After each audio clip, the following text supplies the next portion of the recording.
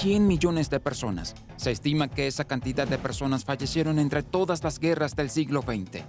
Pero en el mismo siglo XX, 100 millones de personas también fallecieron por esta causa. Hoy en día se venden 11 millones de cigarrillos cada minuto en todo el mundo. En total, 1.300 millones de personas fuman. Podemos publicar miles de datos sobre cómo fumar es dañino. Pero nada de esto funciona. ¿Cómo estas compañías lograron atrapar a la humanidad en uno de los hábitos más peligrosos y difíciles de abandonar? Este es el famoso vaquero de Marlboro, específicamente el actor Wayne McLaren. En 1976 interpretó a un hombre apuesto e independiente en un anuncio de cigarrillos. Y 15 años después, en 1992, aunque le extirparan un pulmón, murió de cáncer de pulmón. McLaren es el ejemplo perfecto de lo que realmente hacen estas compañías. En realidad, no te venden un producto. El tabaco es simplemente tabaco. Ya sea hace 100 años o hoy, siempre reinventan la atractiva imagen del fumador para atraer a personas inexpertas a la adicción a la nicotina y reemplazar al vaquero del pasado que murió por fumar. Por ejemplo, Marlboro, la marca que una vez anunció al vaquero, es actualmente la marca de tabaco más vendida del mundo. En Estados Unidos la compran casi la mitad de los consumidores y se considera la más costosa entre las empresas productoras de cigarrillos. Pero hasta mediados de la década de los 50, antes de ser una marca famosa, nadie conocía a Marlboro y las ventas de la marca representaban menos del 1% del mercado, hasta que en aquella época anunciaron los cigarrillos con filtro para las mujeres. Por cierto, el filtro se hizo naranja para ocultar las marcas de lápiz labial. Entonces, ¿qué fue lo que cambió? En 1950, el epidemiólogo británico Richard Doll publicó un artículo que decía que si fumabas, eras más propenso a contraer cáncer de pulmón o enfermedades cardíacas. Alrededor del mundo, otros científicos comenzaron a publicar estudios y les pidieron a los gobiernos que prohibieran o restringieran la venta de cigarrillos. Como se pueden imaginar, eso no sucedió. Entonces, ¿qué hicieron las compañías para evitar problemas? Empezaron a promocionar los cigarrillos con filtro como una alternativa supuestamente menos dañina, lo cual, por supuesto, no era cierto. Pero Marlboro tuvo problemas. ¿Recuerdan que dije que quisieron vender cigarrillos de lujo para mujeres? Bueno, los hombres de esa época no querían comprar cosas de mujeres, así que tenían que hacer algo. Entonces, acudieron al famoso publicista Leo Burnett. Este sugirió que evitaran hablar de filtros, nuevas tecnologías o cualquier otra información que indicara que fumar es malo. ¿Por qué? Bastaba con observar imágenes de un marinero, un obrero, un corresponsal de guerra y el más ingenioso de todos, un vaquero. El mensaje principal de esta publicidad era algo como: chicos, no se avergüencen de que antes le vendiéramos esto a las mujeres. Miren a estos hombres independientes que no les importa que el cigarrillo tenga filtro. Y esto empieza a funcionar, porque los actores que lucen tan encantadores y saludables en los carteles publicitarios tenían un mayor impacto en el cerebro que todos los estudios sobre el tabaquismo y el cáncer de pulmón. Y eso funcionó porque los actores que lucían tan encantadores y saludables en los carteles publicitarios tenían un mayor impacto que todos los anuncios sobre el peligro de los cigarrillos y el cáncer de pulmón. Porque querían lucir como ellos. Ser un hombre independiente con un cigarrillo entre los dientes era algo que les llamaba la atención. Y sí, las compañías han repetido una y otra vez ese truco con jóvenes apuestos. Basta con mirar cuánto dinero hay hoy en día en el negocio del tabaco: 965,000 millones de dólares. Eso equivale aproximadamente al doble del presupuesto anual de Corea del Sur. Y luego están los 350,000 millones de dólares. Ese es el valor estimado del narcotráfico mundial. ¿Por qué comparo las compañías de tabaco con el narcotráfico y el presupuesto de Corea del Sur? Para mostrarles cuánto, y más importante aún, con qué legalidad se beneficia a la gente de una sustancia que causa adicción y la muerte. Pero no siempre fue así. Tomemos como ejemplo al rey Jacobo I de Inglaterra, un férreo opositor al tabaco y autor del tratado Contraataque al Tabaco. En 1604 intentó frenar esta tendencia imponiendo un asombroso impuesto especial del 4,000% sobre las ventas de tabaco. Sin embargo, esta medida no logró el efecto deseado. Para entonces, Londres ya contaba con unos 7,000 comerciantes de tabaco. 3 siglos después, la corona británica cambió por completo su postura. El nuevo rey de Gran Bretaña, Eduardo VII, contribuyó a popularizar el hábito de fumar. Tras su coronación pronunció la famosa frase «Caballeros pueden fumar», una frase que ahora aparece en todos los libros sobre cigarrillos. El problema era que en aquella época las normas de etiqueta prohibían fumar en lugares públicos no designados para ello, y fumar delante de mujeres se consideraba de muy mala educación. Pero aún así, ¿por qué fumaba tan poca gente en el pasado? Porque el tabaco era costoso y la mayoría fumaban cigarrillos o pipas. La cantidad de producción era pequeña y solían hacerlos a mano. Pero en 1881, esta máquina cambió el mundo. Lograba enrollar hasta 200 cigarrillos por minuto, mientras que si se fabricaban a mano, podrían hacer 4. Ahora comparemos las cifras. En 12 horas, una persona podría, en teoría, hacer unos 2.500 cigarrillos, mientras que la máquina podría producir 144.000. Es decir, que esto implicó un aumento de productividad de 50 veces más. ¿Qué sucedió después?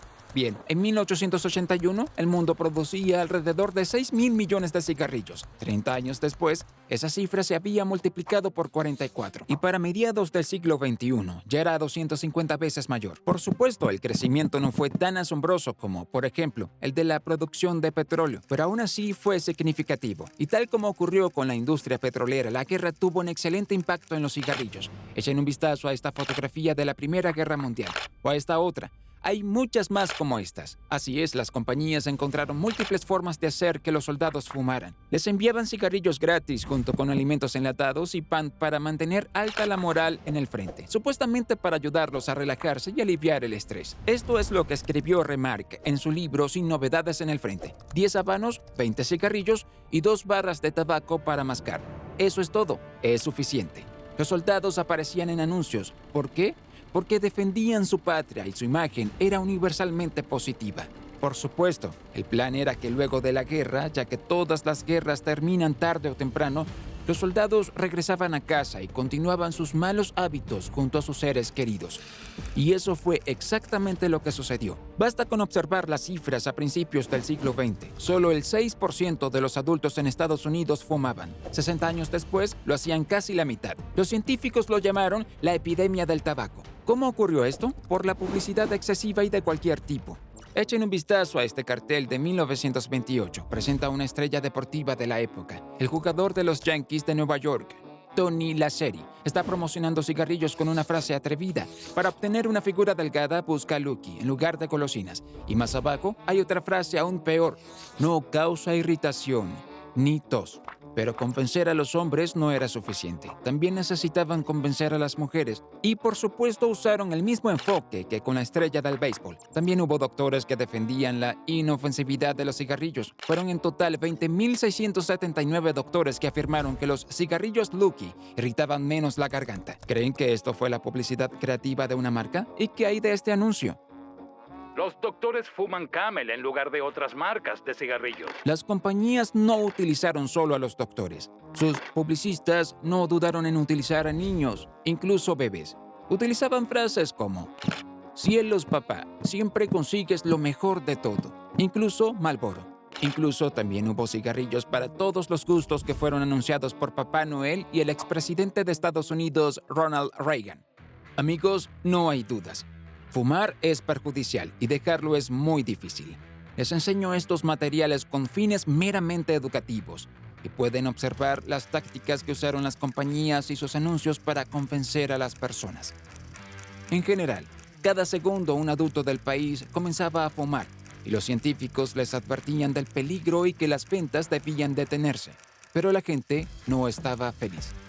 En primer lugar, obligaron a las compañías de tabaco a advertir sobre los peligros de fumar. Tampoco podían hablar sobre los efectos positivos de los filtros, ni tener publicidades en la radio o la televisión. Como pueden imaginar, esto no detuvo a nadie. Las empresas aún tenían mucho dinero, pero en el lugar de publicidad directa, empezaron a invertir en formas de eludir las restricciones, como la colocación de productos en las películas. Fíjense en esta escena de Superman. Y por supuesto, los cigarrillos se abrieron paso en el deporte. El mayor ejemplo y la cumbre de la publicidad del tabaco es Michael Schumacher. A juzgar por estas fotografías, uno pensaría que no condujera para Ferrari, sino para Marlboro. La compañía de tabaco fue patrocinante de su equipo de Fórmula 1 por 14 años.